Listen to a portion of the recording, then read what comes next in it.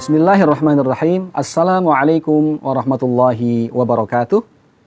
Alhamdulillah wassalatu wassalamu ala Rasulillah sayyidina wa habibina wa syafi'ina wa maulana Muhammad ibn Abdullah wa ala alihi wa ashabihi wa man tabi'ahu wa mawalah. Amma ba'd.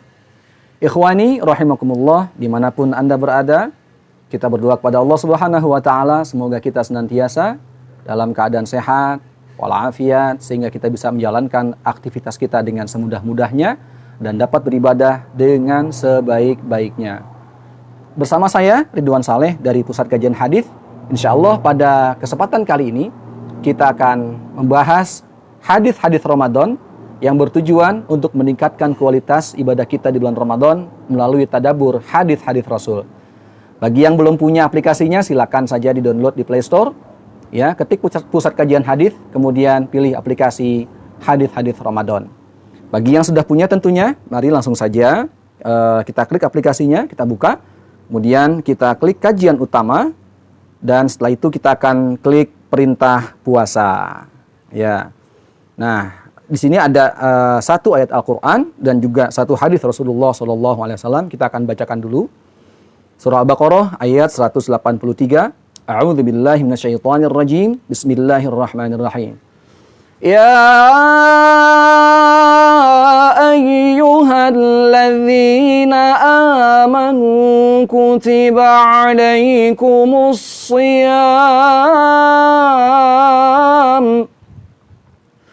كتب عليكم الصيام كما كتب على الذين من قبلكم لعلكم تتقون.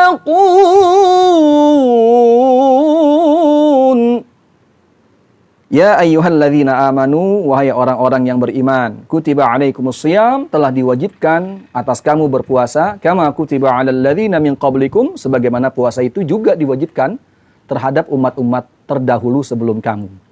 La'allakum tattaqun, agar kamu bertakwa. Kemudian kita akan bacakan hadis Rasulullah sallallahu alaihi wasallam.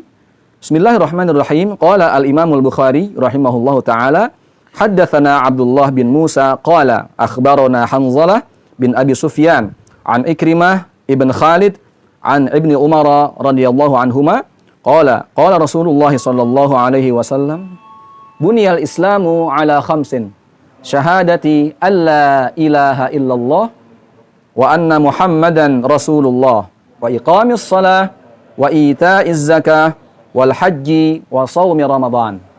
Rawahul Bukhari. Ini hadis riwayat Bukhari, hadis nomor 7. Yang artinya telah menceritakan kepada kami Abdullah bin Musa, dia berkata, telah mengabarkan kepada kami Hanzalah bin Abu Sufyan dari Ikrimah bin Khalid dari Ibnu Umar radhiyallahu anhuma berkata, Rasulullah sallallahu alaihi wasallam bersabda, Islam dibangun di atas 5 landasan.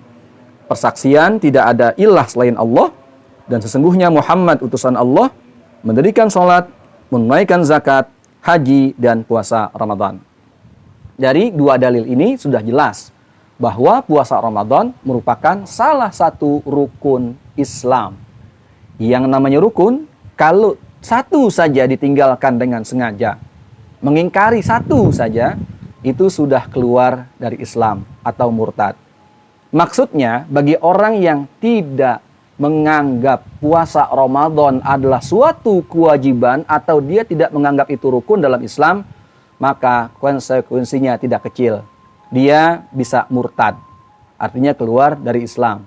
Dan kalau mau masuk Islam lagi, dia harus bersyahadah tentunya. Ya, lain halnya kalau orang dia tidak berpuasa Ramadan karena malas saja. Ya, karena malas saja tanpa mengingkari kewajiban itu, dia dihukumi sebagai fasik. Fasik ini adalah posisi antara beriman dan kafir, ya. Nah, ini fasik ini tentu tidak sepele konsekuensinya. Artinya orang yang fasik ini nanti dia harus mengganti puasa Ramadannya sebelum dia mati, dan juga wajib bertaubat kepada Allah Subhanahu wa taala karena kemalasannya itu. Adapun orang yang tidak puasa karena memang landasan syar'i, ya, uzur syar'i. Artinya syarak mentolerir, seperti misalnya sakit di bulan Ramadan yang tidak memungkinkan dia puasa, atau juga orang yang hamil, orang yang menyusui, kemudian orang yang melahirkan, nifas, dalam perjalanan, musafir misalnya, itu memang ada dispensasi, ada rukhsah. Ya, artinya tetap qadha di bulan lainnya, begitu ya. Nah, tadi disinggung ya bahwa puasa ini bertujuan agar orang yang melakukannya ini diharapkan bisa bertakwa kepada Allah Subhanahu wa taala, menjadi orang yang bertakwa. Orang yang bertakwa sangat dimuliakan oleh Allah Subhanahu wa taala. Di dunia, orang yang bertakwa ini Allah berikan apresiasi setinggi-tingginya dengan nilai pahala yang besar, ya. Kemudian juga dimudahkan urusannya oleh Allah Subhanahu wa taala.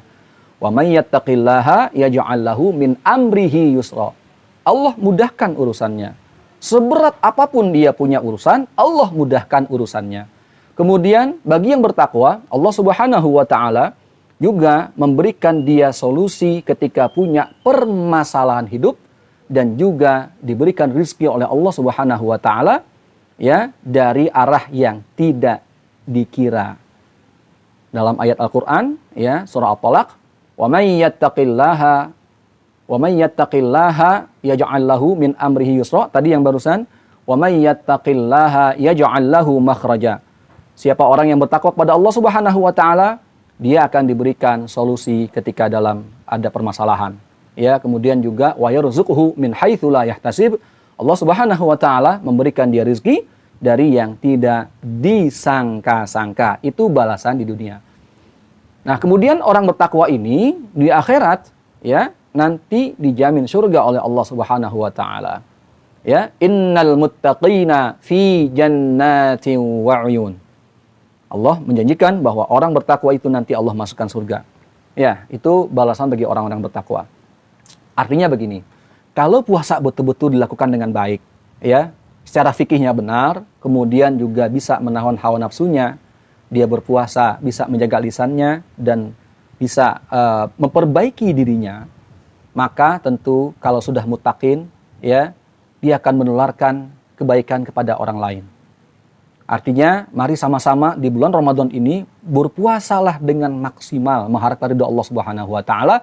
Kita ajak anak kita, kita ajak istri kita, saudara-saudara kita agar betul-betul meresapi makna puasa dengan sebaik-baiknya. Kalau sudah bertakwa semuanya, satu negeri bertakwa kepada Allah Subhanahu wa taala, maka Allah akan jamin keberkahan. Walau anna ahlal qura amanu wattaqau lafatahna 'alaihim barakatim minas sama'i wal ard. Walau anna ahlal qura, ya, andaikan penduduk suatu negeri amanu wattaqau, dia bertakwa, beriman dan bertakwa kepada Allah Subhanahu wa taala, lafatahna 'alaihim barakatim minas sama'i wal ard. Sungguh kami akan buka pintu langit.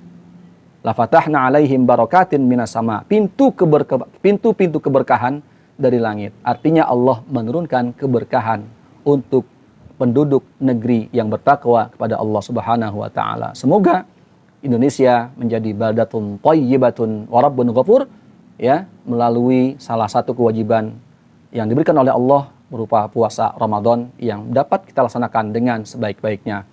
Wal 'afu minkum wallahu a'lam. Wassalamualaikum warahmatullahi wabarakatuh.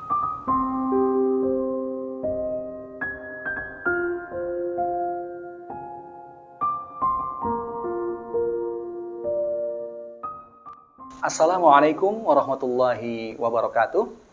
Keluarga besar Pusat Kajian Hadis mengucapkan terima kasih yang sebesar-besarnya kepada para donatur yang telah mendukung untuk pengembangan program dakwah Pusat Kajian Hadis. Mari sama-sama kita bacakan surah Al-Fatihah. Semoga Allah Subhanahu wa taala memberikan pahala yang terbaik, kemudian juga menganugerahkan rezeki yang berlimpah, yang barokah, dan juga dimudahkan dalam menjalankan aktivitas sehari-hari. Ala hadhihi niyyah al-Fatihah. A'udzu billahi minasyaitonir rajim. Bismillahirrahmanirrahim. Alhamdulillahirabbil alamin arrahmanir rahim maliki yaumiddin. Iyyaka na'budu wa iyyaka nasta'in. Ihdinas siratal mustaqim. Siratal ladzina an'amta 'alaihim ghairil maghdubi 'alaihim waladdallin. Amin. Dan bagi kaum muslimin dan muslimat dimanapun berada yang juga ingin turut berpartisipasi, memberikan donasi terbaik ya, untuk pengembangan program dakwah Pusat Kajian Hadis, dapat dilakukan melalui donasi.pkh.org.id, atau sekali lagi kami ulangi, untuk via link donasi.pkh.org.id. Semoga Allah Subhanahu wa taala menjadikan kita seorang muslim yang muhsin, kemudian juga dimudahkan oleh Allah Subhanahu wa taala dalam segala urusan, dan semoga Allah Subhanahu wa taala selalu membimbing kita ke jalan yang hak. Wallahu a'lam. Assalamualaikum warahmatullahi wabarakatuh.